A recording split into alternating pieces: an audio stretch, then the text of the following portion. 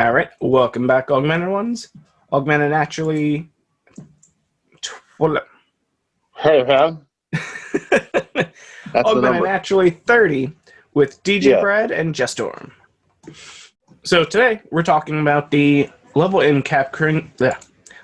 cap increase. Those weren't words. Everything's still waking up, so... To be fair, though, words is hard. Yeah. Especially the English language. Oh, yeah. It's a mishmash of everything. I think there's been a few TikToks where they expose other languages that use the same word for something else. And I think in Spanish, woman and handcuffs is the same word for esposas. And that's Spanish for you, so. Sure. So we're talking about the level cap increase. 2 community days in November. A hot bird is coming back in November. I think you're all familiar with it. Depends how you cook it sometimes, though. Especially in Pokemon Go. And we're going to be talking about the confirmations we've had for the most part when it comes to Pokemon Home and why it actually matters and how it actually balances everything out. What? So, going off of some information, the next levels after level 40 will actually have a research questline attached to it. As we know, this still somewhat follows in line with our previous statements that past level 40 will actually require medal tiers in addition to XP or something else. Yeah. They were talking about a leveling resource being a various factor when it comes to the research. So each level could call for a certain amount of candy. Well, maybe not. It could call for just anything. It could be Stardust. It could be a nuke type of currency. It could call for just XP as usual. I'm sure if they do a Stardust type thing, they may incorporate a badge for a maximum amount of Stardust gained. That way you can more easily track that. But once they actually announce that the level cap is increasing, then they'll go from there. Yeah, then we'll figure it out at that point. Yeah. With the research, you can also reward players for each little small step you take on there.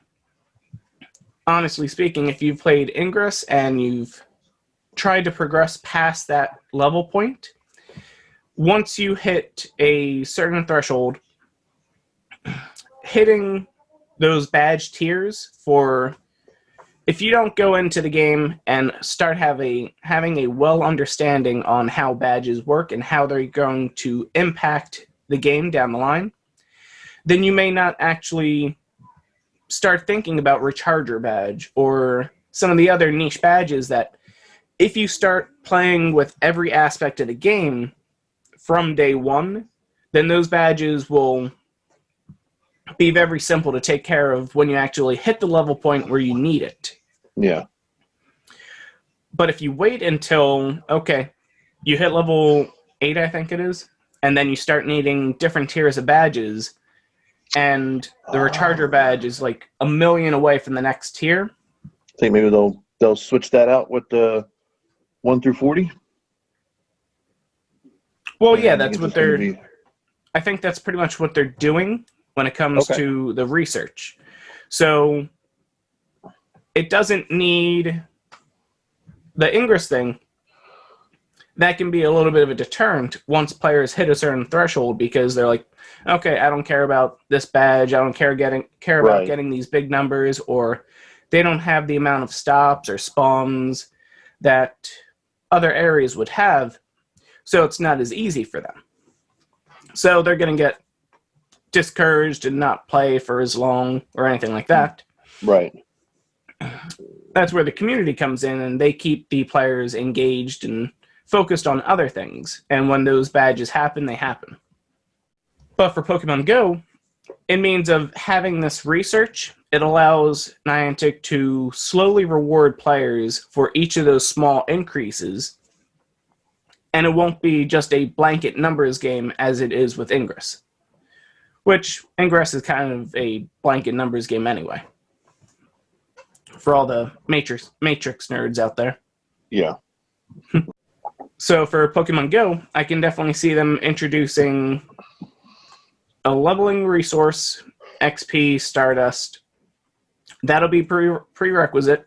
The same way that if you were completing, say, the Mew research back in the day, it would have the golden Kanto medal on there.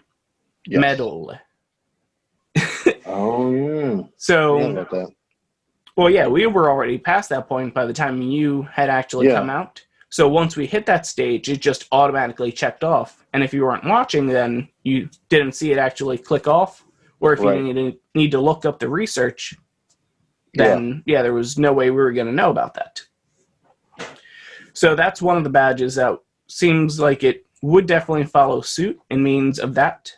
For sure.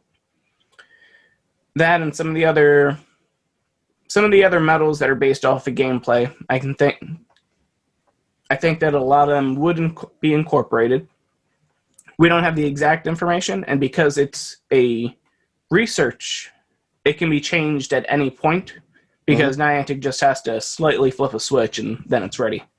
Yeah. It doesn't require a server-side update. I'm excited to see what it's going to be. I have, possible ideas, but, we'll see. I think it'll be, certain, like, I can see, like, make 10 excellent curveballs in a row. Oh, okay. Like, that would be extremely difficult, but